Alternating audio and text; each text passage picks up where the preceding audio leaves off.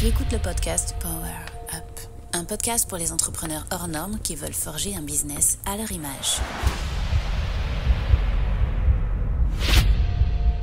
Il y a quelques temps, il y a eu une commission d'enquête de l'Arcom sur différentes chaînes de la télé publique, de la TNT pour être précis, pour savoir si on renouvelait leur droit à rester dans une structure de service public. Et c'est super intéressant. Pourquoi ? Parce que on a vu passer, entre guillemets, à la barre certaines personnalités publiques, notamment Vincent Bolloré, Yann Barthès et Cyril Hanouna. Et je me suis beaucoup intéressée à la manière dont ils répondaient aux questions ou à la manière dont ils ne répondaient pas aux questions. Je vais m'arrêter essentiellement sur le cas Cyril Hanouna parce que franchement, c'est un cas d'école. On pourrait résumer sa tactique en une phrase très très courte. Il ne répond pas aux questions. Il ne répond absolument pas aux questions de la commission d'enquête et ça passe crème.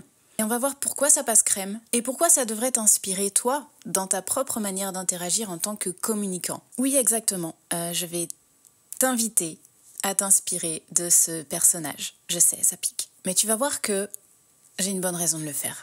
D'abord, l'analyse. Qu'est-ce qu'on observe ? On observe plusieurs choses. On observe que Cyril Hanouna, il installe un climat en fait, exactement comme dans ses émissions de fausse affection. Il balance des civilités à l'appel, mais complètement décalées avec le contexte. C'est extrêmement déstabilisant. Il invite régulièrement les députés à venir sur son plateau, ce qui n'a absolument pas sa place dans cette commission. On est vraiment sur la fine limite de l'excès de zèle, juste suffisamment en dessous de la limite pour qu'on ne puisse rien lui dire. On est sur la fine limite de l'absence de politesse et de la familiarité gênante. C'est très gênant. Et précisément, c'est gênant parce qu'il est toujours en dessous de la limite de l'inacceptable ou alors, s'il franchit cette limite, on est suffisamment dans une zone de déstabilisation pour ne pas avoir les réparties ou la capacité à le confronter à ça. Deuxièmement, non seulement il joue l'imbécile, mais il va jusqu'à dire « je ne suis pas aussi intelligent que vous ». C'est-à-dire que c'est vraiment une posture assumée. Le député sait qu'on se fout de sa gueule ici, mais Hanouna reste sur un terrain où on ne peut pas l'attaquer.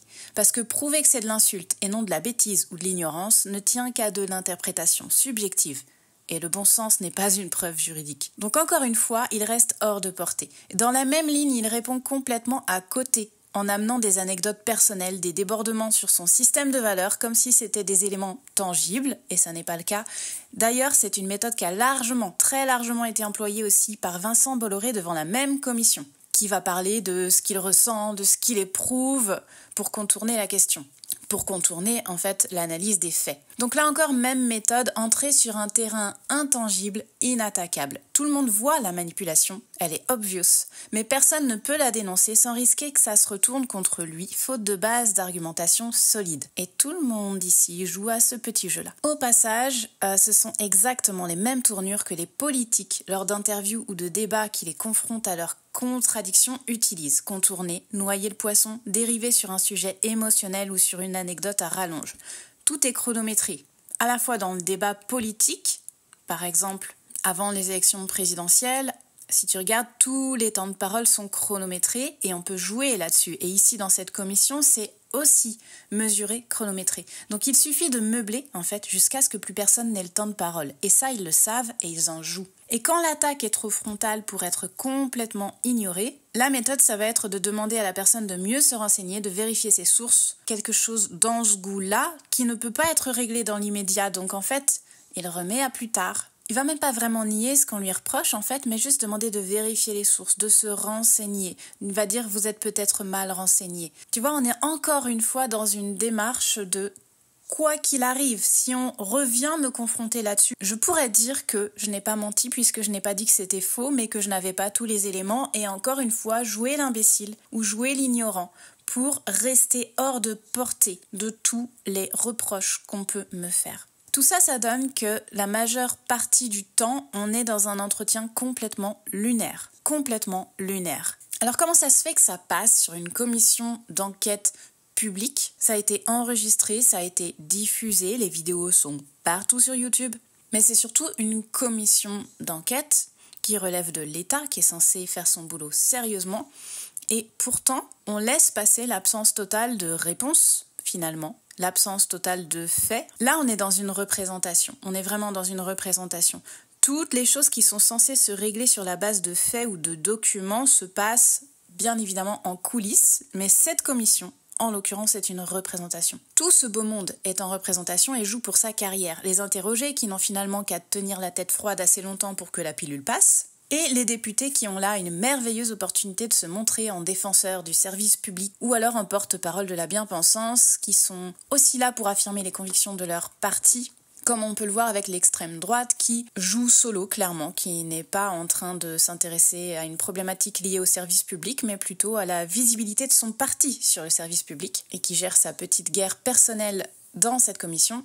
Alors moi je suis pas là pour faire de la politique, je suis là pour analyser une dynamique de communication qui est extrêmement précieuse pour notre propre expertise en tant que communicant. On fait du marketing, on est sur les réseaux, on parle de nos offres, on parle de nos convictions. On n'est plus sur le média télé, on est sur le média internet, mais on est sur un espace de communication publique. Donc pour moi, ça nous concerne en fait. Donc je suis pas là pour faire de la politique et je suis pas là pour émettre des jugements sur les personnes. Si tu veux, je te donnerai très rapidement ma pensée sur le personnage Hanouna en fin de vidéo. Là, ce qui m'intéresse, c'est quoi ? C'est ce que fait Cyril Hanouna, en clair, c'est installer une posture de pouvoir dans cette interaction. Comment ? Il fait en sorte que personne n'ait de prise sur lui.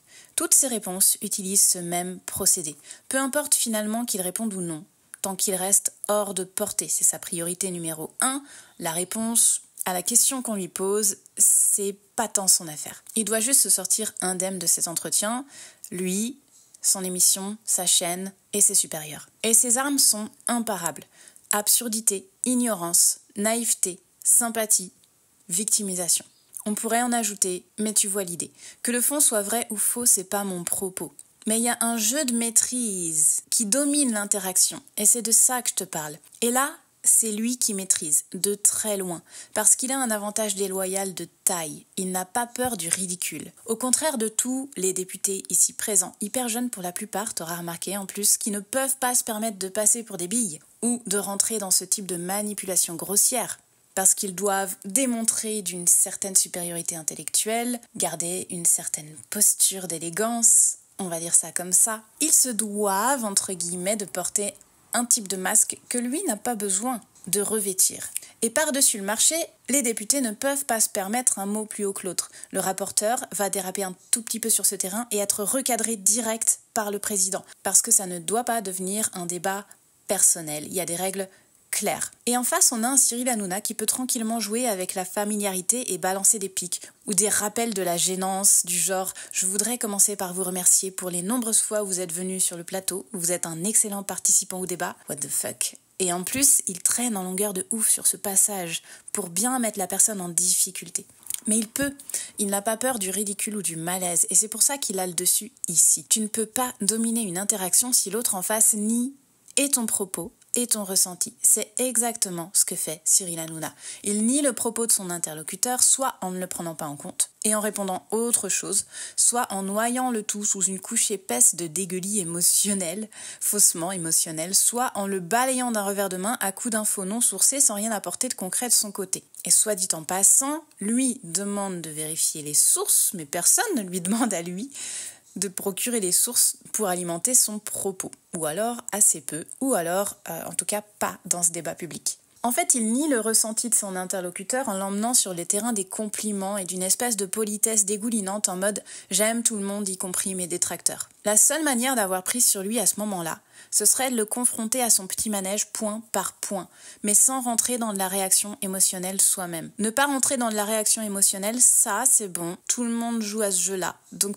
personne ne déborde dans une réaction qui serait excessive. En revanche, personne ne le confronte à ce petit manège qui est pourtant évident. Mais ce serait la seule manière d'avoir prise sur lui, à condition de ne rien lâcher sur l'obtention de réponses claires, profondes et complètes aux questions qui lui sont posées.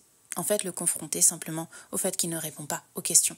Mais en fait, on le laisse faire ses détours et se passer de répondre parce que personne ici n'est en position de le travailler au corps. Ils sont les mains liées et par le cadre normé de la commission et par l'exigence de représentation aussi très normée que leur fonction et leur réputation exigent. Alors pourquoi je te dis que tu devrais t'inspirer de Cyril Hanouna ici? Est-ce que je suis en train de te dire que passer pour un imbécile volontairement pour gagner le débat est une bonne chose? Non, je suis en train de te dire qu'ici c'est ce personnage qui a le pouvoir. Et c'est pas le seul endroit où il prend le pouvoir à travers une communication maîtrisée. Faussement chaotique, mais en vérité parfaitement maîtrisée. Et ça veut dire quelque chose de notre société actuelle et de ce qui marche en termes de communication dans notre société actuelle. Ma question c'est, est-ce qu'on va laisser ce pouvoir à des gens qui apportent ce type de plus-value?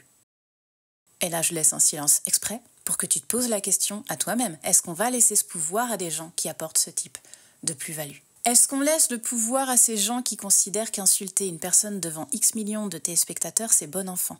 Est-ce qu'on laisse le pouvoir à quelqu'un qui n'est pas foutu de sortir gagnant d'un débat avec des arguments cohérents, mais qui utilise la fuite et l'irrespect pour sortir gagnant? Tu sais, il y a vraiment cette croyance que ce sont les méchants qui maîtrisent le discours, qui maîtrisent leur discours. Mon lapsus a du sens, tu vois, c'est qu'on les laisse maîtriser le discours, parce qu'on pense qu'ils sont les seuls à avoir le droit de maîtriser leur discours. Et les gentils, eux, disent tout ce que leur cœur papillon leur murmure quand pointe un arc-en-ciel un beau jour de printemps. Les méchants sont ceux qui travaillent la prise de parole pour de vrai, sans s'interdire tout le champ de compétences des interactions qui prennent le dessus sur l'autre. Les gentils s'interdisent de prendre le dessus sur l'autre et donc de travailler ses compétences de communication. Le pouvoir, c'est donc pour les méchants et pas pour les gentils. Et ça arrange qui qu'on croit ça, à ton avis? Tu veux que je te dise? À vue de nez, 80% des entrepreneurs que je rencontre sabotent littéralement leur communication parce qu'ils refusent de prendre une posture de pouvoir, parce qu'ils veulent pas être méchants. Ils communiquent en s'excusant d'exister, ils ne laissent que leur gentille et sage facette de petite fille modèle apparaître et font taire l'autre part d'eux-mêmes, celle qui est révoltée, passionnée et qui veut prendre sa putain de place. Celle aussi surtout qui est maîtrisée, structurée, précise, et oui, disons-le avec des vrais mots, calculatrice. Mais un entrepreneur, ça calcule en fait. Un chef d'entreprise, ça structure. Un professionnel, c'est précis. Et si tu veux que des clients te fassent confiance, t'as tout intérêt à être en maîtrise de ce que tu crées. Moi, je suis pour les entrepreneurs qui mettent les deux pieds dans les chaussures de l'entrepreneur, regardent le monde tel qu'il est autour d'eux, regard lucide et brut, et qui décident qu'ils vont faire la différence là où ils sont. Désolée de te dire ça, mais si tu te maintiens toi-même en posture de faiblesse, tu ne fais pas la différence là où tu es. Apprendre à maîtriser l'interaction et à maîtriser une communication dans laquelle tu as le dessus, c'est une arme qui peut être utilisée à des fins de manipulation et d'évitement, qui peut être aussi utilisée à des fins défensives pour te prémunir de ceux qui savent s'en servir contre toi, et qui peut être aussi utilisée à des fins éthiques pour impacter largement et inspirer confiance à ceux que tu veux servir. Le pouvoir ne devrait pas faire peur à ceux qui veulent s'en saisir pour faire le bien. Le pouvoir ne devrait pas être quelque chose qu'on rejette et qu'on laisse à ceux qui s'en servent sans se soucier de ce qu'ils détruisent au passage. Le pouvoir ne devrait pas être dans les mains de personnes comme Cyril Hanouna. Alors ce serait chouette qu'on prenne la responsabilité de s'en saisir si on a un peu plus que ça à apporter au monde. À bon entendeur.